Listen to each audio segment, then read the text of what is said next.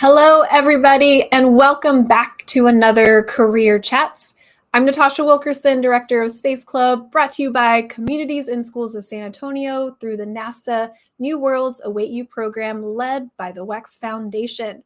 I would like to welcome all of our Space Club students, and we have some teams also watching who are participating in the New Worlds Await You Lunar Habitat Design and Technology competition that was launched this year, and we're just really excited to see what you guys come up with.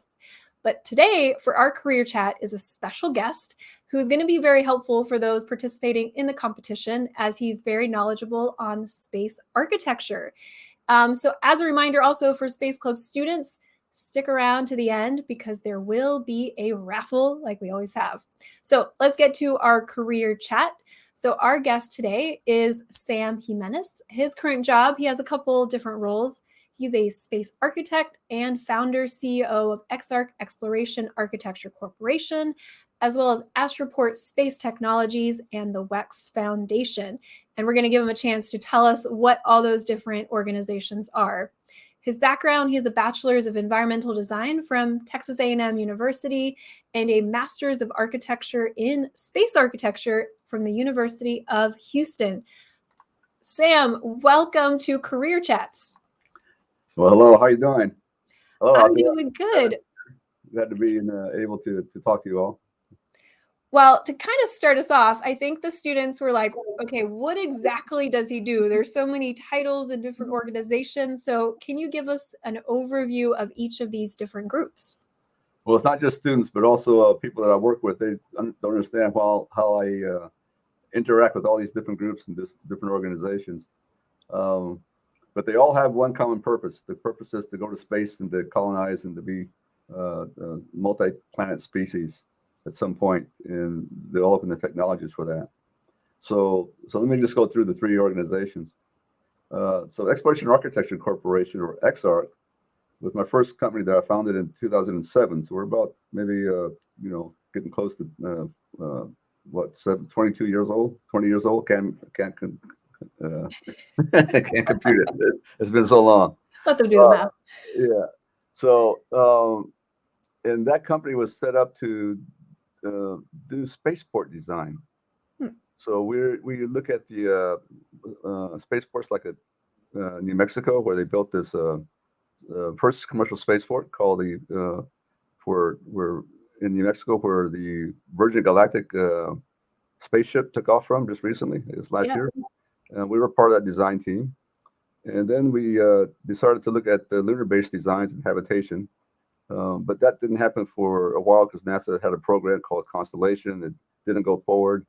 So I stood up the company called WEX Foundation, which is a nonprofit STEM education where we want to start bringing students into the careers of space exploration and learn how to be an engineer or even any kind of career that you want to pursue, apply it to space. And that started in 2007. So that's really our pipeline of students to go into these other companies and into companies in general for exploration of the solar system. And then recently, in 2020, I stood up Astroport Space Technologies. And you can think of them as the civil engineers. We're developing technologies that actually are the technologies that you use to make things on the moon, make lunar infrastructure. And we're focusing on how to make a lunar landing pad on the lunar surface. So you think of the XArc company as the space architects, the architects essentially, and Astroport as the civil engineers. And then we have the WEX Foundation as the pipeline of the talent we need to have to do the projects that we need to work on. So we fund them with sponsorships and different programs, some scholarships, and try to get them all the way through college and eventually into hopefully our companies and then other companies in the aerospace business. So that's essentially how it all works together. So speaking about kind of this workforce development, this pipeline, I wanted to start with your pathway to where you are today. So what encouraged you to study in this field? This is a question from Jumbled Jupiters in Indiana.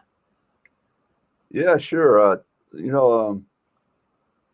around since 1987 when the first Challenger shuttle missions were happening, and NASA at that time was building a space station. I was not an space architect then. I was a regular architect doing a regular career in architecture. And I read about that NASA was going to build a house in space, essentially. I wanted to be there. I wanted to be at the forefront, at the cutting edge of technology, cutting edge of the career that I'd chosen in architect. And that was, at that time, space architecture. So I found some professors at the University of Houston who were just beginning a new program called space architecture. It's a degree of space architecture. And I went to them and I started studying with them. And we were working then at that point on the very first concepts for the space station that has now been flying since, for almost 20 years.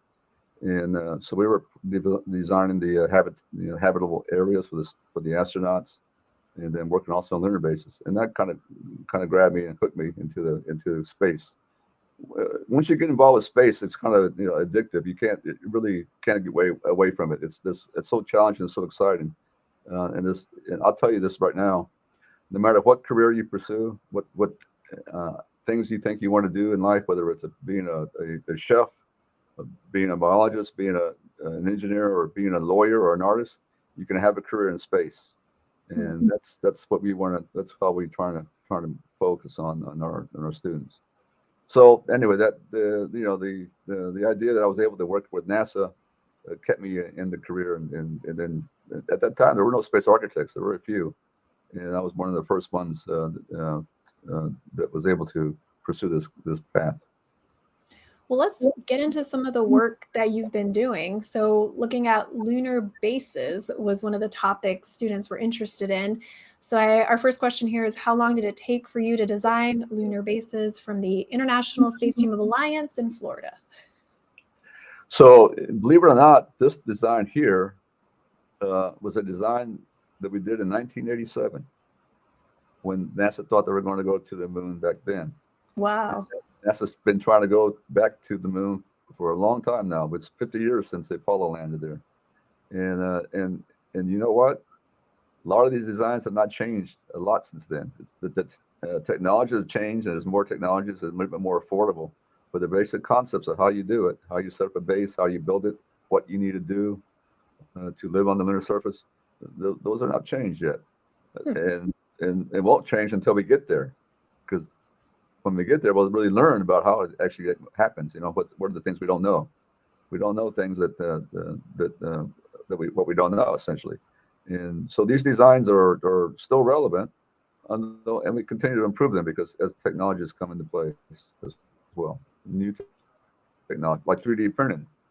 We didn't have 3D printing back then, but now we do. And now we're talking about 3D printing structures on the moon, which makes it a lot easier because now you don't need to bring a whole lot of mass, which costs a lot of money to launch from Earth.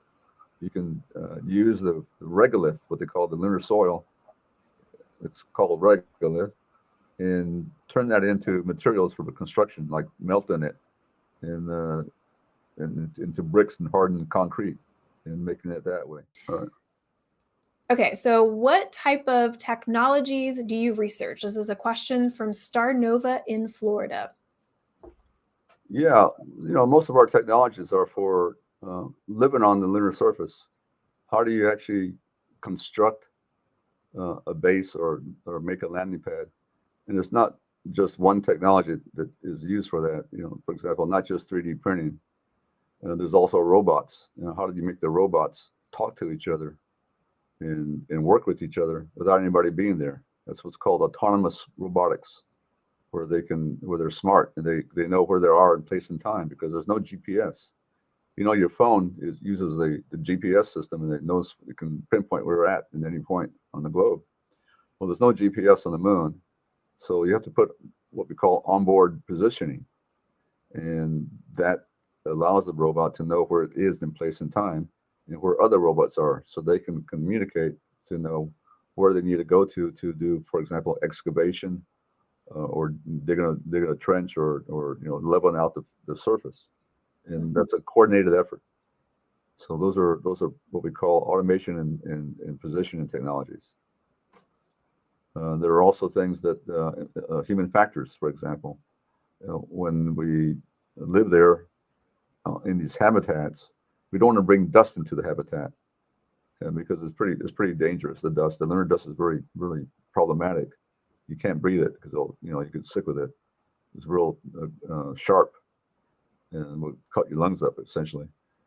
So we want to be able to monitor if dust gets into the module. So we do sensing technologies where we can take little sensors, and they can measure just the micron level grains that are floating in the air or that came into the module, and that you can warn the inhabitants, that there is accumulation of dust that needs to be taken care of. And those are sensing technologies as well. So just the whole realm of different things that go into what we call habitability. How do you habitate as a human being on the lunar surface, or on Mars, or any planet as well, or in the space stations? And those are really good tips for any teams watching that are in the lunar habitat competition. Maybe some ideas that they could research more and incorporate into their designs. Yes, we're real proud of this competition where the WEX Foundation is sponsoring. How do you live in in these caves? Right. The reason we want to go to the caves is because we want to get protected from the micrometeorites and the radiation. If we can live in the caves, we don't have to bury ourselves under the regolith. For example, you see that picture there with all that white that was on top of I think the previous picture showed more of the modules. Well, that is a concept for putting bags around the modules, sandbags essentially. Taking the regolith and putting sandbags on top of it. You need almost 3 feet of sandbags. That's pretty hard to do, labor intensive. So if we can go underground, that's what we want to do. That's the reason the caves are important. And we know there are caves on the lunar surface, and they're big caves, huge caves. Some people think you can even put a skyscraper inside one of these caves. They're that big. So once we get down there, that's what we want to understand. What kind of technologies construction technologies you need to use for that as well. Well, let's switch here to another one of your projects. This is a question from Galactic Empire, North Carolina. What is your coolest astronomical project? Oh, that's pretty cool. I like that name, Galactic Empire. Kind of goes with the project here. Yeah. So this project was real fun to do. This one was it was a challenge that NASA gave us to go out and figure out how to capture an asteroid, so that we can mine the asteroid, and bring that asteroid. Once you capture it, bring it back to around the moon, so it orbits around the moon, and you can be able to mine it closer to the Earth and be able to get the minerals out of it and take them back down to the moon or back to the Earth. So the idea was, well, how do you do that? I mean, how do you take a big asteroid, and stop it essentially, so it doesn't, so you don't have a problem, getting around it. If you look at the picture there, there's a little football field. Yeah. And so you see the size of the asteroid we're trying to capture. Okay, the small one that's there in the bottom. The big one there on top is kind of the typical size. We're only able to consider the smaller ones, which were more like about a 10-meter distance in diameter. And that's what we called a sail. It was an inflatable sail. So this spacecraft came up to the asteroid from behind, and then it launched the sail. And let's see if we can explain how this works. So I'm going to go through the pictures here of that's got the six. The right 5. Yeah. So you sneak up behind it essentially, and this sail has this like your regular garbage can bags, when the flex, when you put the garbage in them, they flex and they stretch out. Mm-hmm. Well, it's the same sort of concept, that this material was once the contact of the asteroid hit that material, the sail is spinning. So as it's spinning, it hits the material and it gets wrapped up in that bag, just like a candy wrapper essentially, and it twists it up inside that bag, and then you can see at the last red one there how it kind of wraps it up, and that's how that sail captured that asteroid. How do you get inspiration for projects like this? And this is from Abraham in Illinois. Yeah, it's really a matter of looking around your world that you live in. Nature gives you a lot of ideas. Nature always has a lot of already good solutions to things, and if you can find something that works in nature and apply that to whatever problem you're trying to solve, you'll usually come out pretty, ahead of it yourself and ahead of the game. There's a field called biomimicry, and biomimicry is the process of looking at how nature does things and try and emulate that in mechanical systems. For example, the bumblebee is a good example. It's really hard to explain how a bumblebee actually flies. Aerodynamically, it's almost impossible how it does it, but it's been able to do that. And people have taken that those challenges and seen how it works, and been able to make drones and other kind of small little flying machines based on the aerodynamics of other insects, as an example. So and then again, your own experiences too. You could be walking down the street and eating some unwrapping some candy and find out that this way this is wrapped is pretty cool. It's got two ends on it. It wraps, the piece of thing in the middle of it is all wrapped up, and you untwist it, and you find out, well, that can apply to how do you capture an asteroid, and Yeah. that's where it came from, a candy wrapper. And I love this creative side that students often don't realize is a big part of science and engineering, and especially design. Because often when you're in school, there's one right answer, right? There's one answer on that test the teacher's looking for when you're trying to solve a math problem or doing something in science like a chemistry lab. But in the real world, when you're tasked with a problem like how do you capture an asteroid, it sounds like there's just so many options and creativity. So can you talk a little bit about that, like how the role creativity plays in engineering and science? Yeah, it's really um, an opportunity when you have a challenge in front of you. It's not a problem. It's an opportunity, I and like that. you look at it that way, and you can start thinking. I hate to use this term; it's so used, out of the box. But really, it is. Think different. You're trying to find and at this point in time, when you're just starting the process of trying to solve a problem, nothing's off the table. There are no dumb ideas.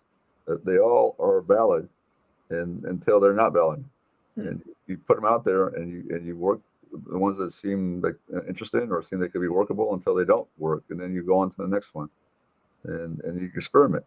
And so creativity is a lot of experimentation, a lot of trial and error, and a lot of intuition at the same time. If you have an eye for what pleases you, or it seems like it's going to fit in your gut, what your gut's telling you, your heart's telling you, and go down that path. So that's the kind of the creative part of the engineering side of it. But then when you get to the point where, all right, this seems like it's going to work, then you get into the mechanics, and you get into the quantification, you get into the math, and you get into the engineering. But again, in the very beginning, there was no dumb idea to a solution. The next question here is about failure. So were there any failures when you were working on this, and how did you solve them, from Speed of Life in New York? That's a good question. It's a great question, actually. And this actually goes back to the question about how did I become a space architect. Um, One of my other companies that I failed at was a company called Video Point. And it was a company that, this is all before the internet, by the way. There was no internet, but there was another technology that was trying to be like the internet, and it failed. But we didn't know it was going to be a failure. And I was using that technology for communicating, for people to do wayfinding. How do you find your way in a World's Fair, or in a crowded area?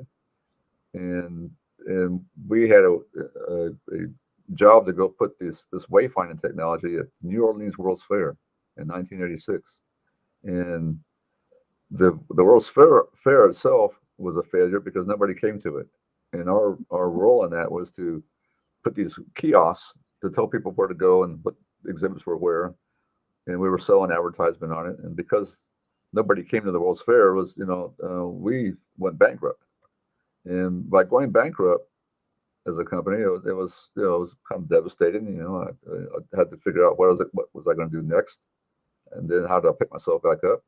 And that's how I found space architecture. I said I was going to go back to my roots, the roots of what I wanted to be when I was young. I wanted to be an architect. And again, I wanted to be at the cutting edge of architecture.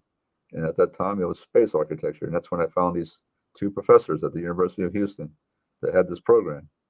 And by seeing that there's other horizons in front of you, you learn from failure. You learn from failure, and it really is it's you need to go through failure to be successful. Bottom line. Yeah, and I think a lot of times students believe they need to know exactly what they want to be when they grow up. And a lot of the students are elementary and middle school, and you kind of had to find your way, and there was some failure, but eventually it kind of works out. So, what advice do you have for students that are kind of struggling with, they don't know what they want to do? Experiment again. Try one thing, and if it doesn't feel right, don't do it because you need a job or you need the money. Try and do. And if you do need the money, need a job, try and find something that you have a passion for. You really need to have a passion for what you want to do, and try and make that into a career.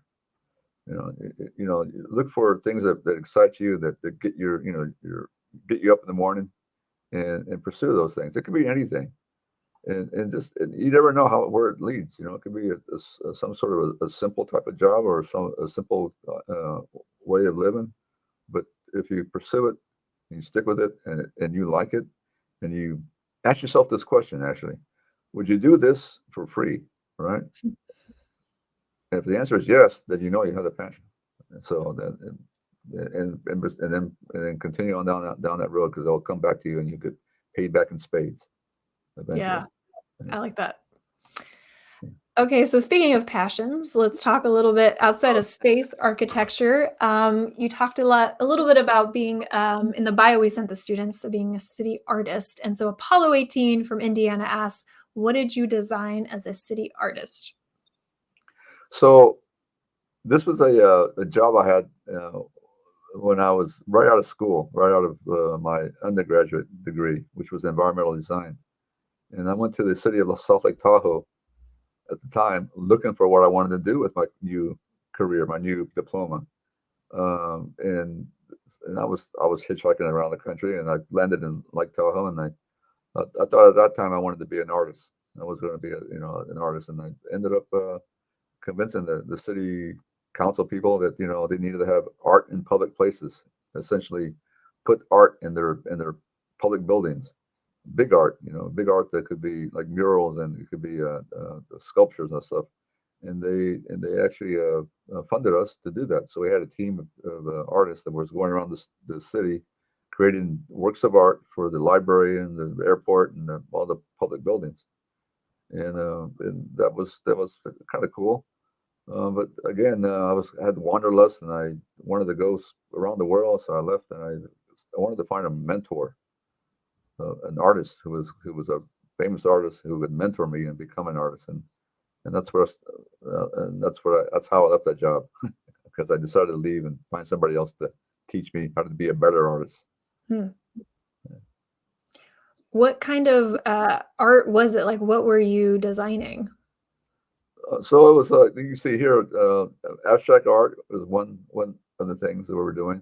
So I was one of the artists, but there were a team of us, of 7 of us, and they were doing different things. I was doing wood sculptures as well. We would take like old wood and sculpt it out into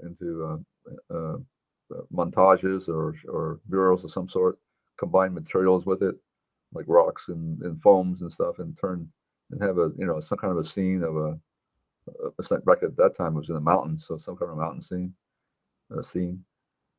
There were ceramics we were doing too, making ceramics and into murals and put them into the walls on the walls in the buildings, and basic painting too. There was another artist that was doing just huge oil canvas paintings.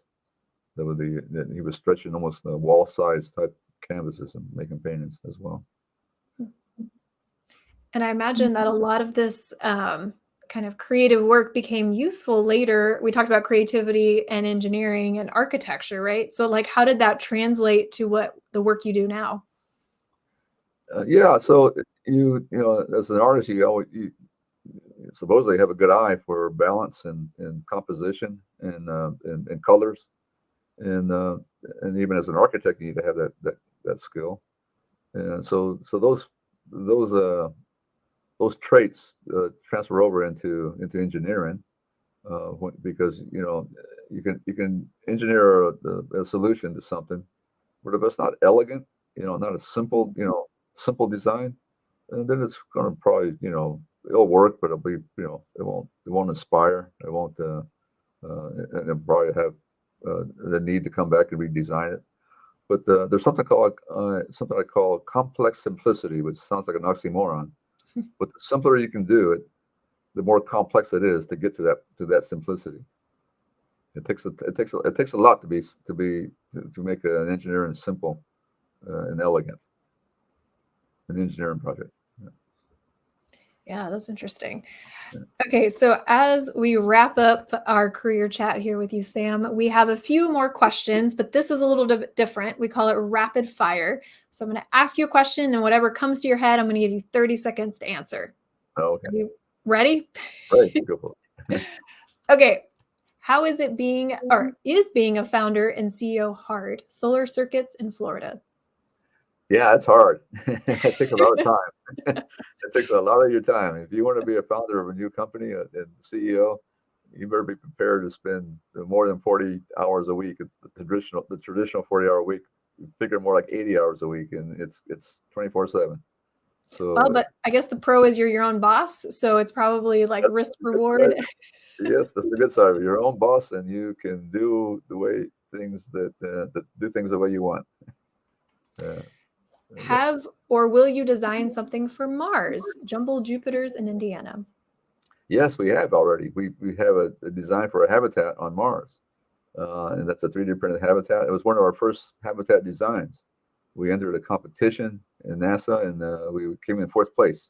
Oh, cool. But unfortunately, the money was in the first three places, so we didn't get in out of it.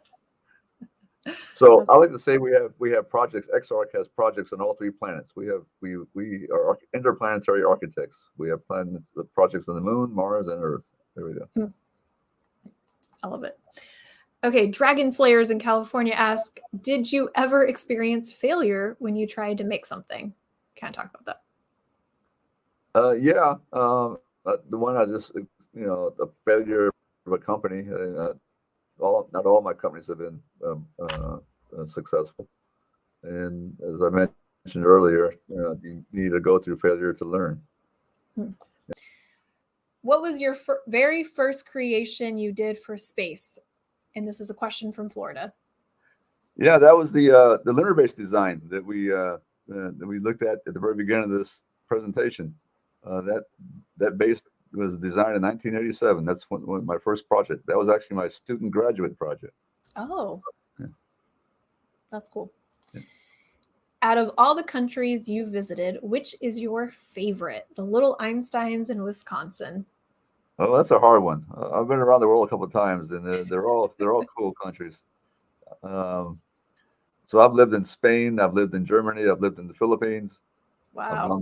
I've gone to Japan, China, Korea. Wow.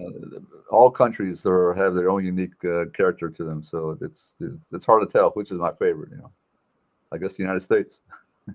The politically correct answer.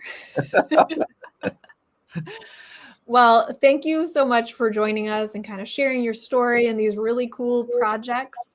But if you have a couple more minutes, I want to share what our Space Club students have been working on here this semester. Sure, glad to.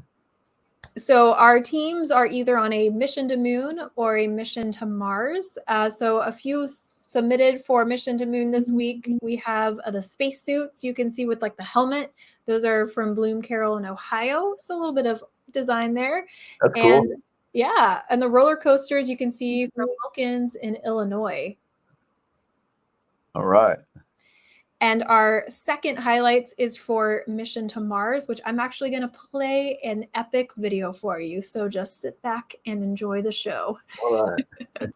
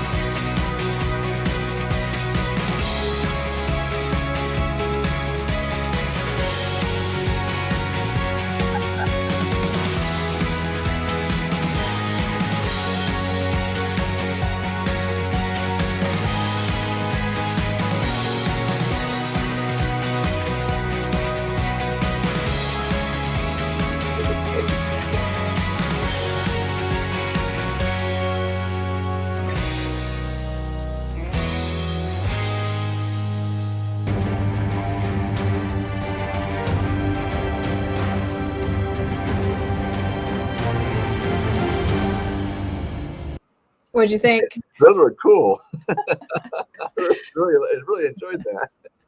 So they were working on the Space Lander mission, if you couldn't tell, and they were trying to keep their two astronauts alive, the ping pong balls, as they were dropping it. And a couple of the teams went so high to the second story of their school and had some pretty epic landers. I really enjoyed that. That was pretty cool to watch those guys. All right, so now what we're going to do is our raffle. So all those teams that we just featured submitted their designs, and we are going to give one team this really cool solar-powered robot. Oh, wow. All right, so what we do is we have this picker wheel, which has all of our teams. There's 75, I think, submissions on this wheel, and we're going to spin it and see who wins. Let's do it. All right. Good luck.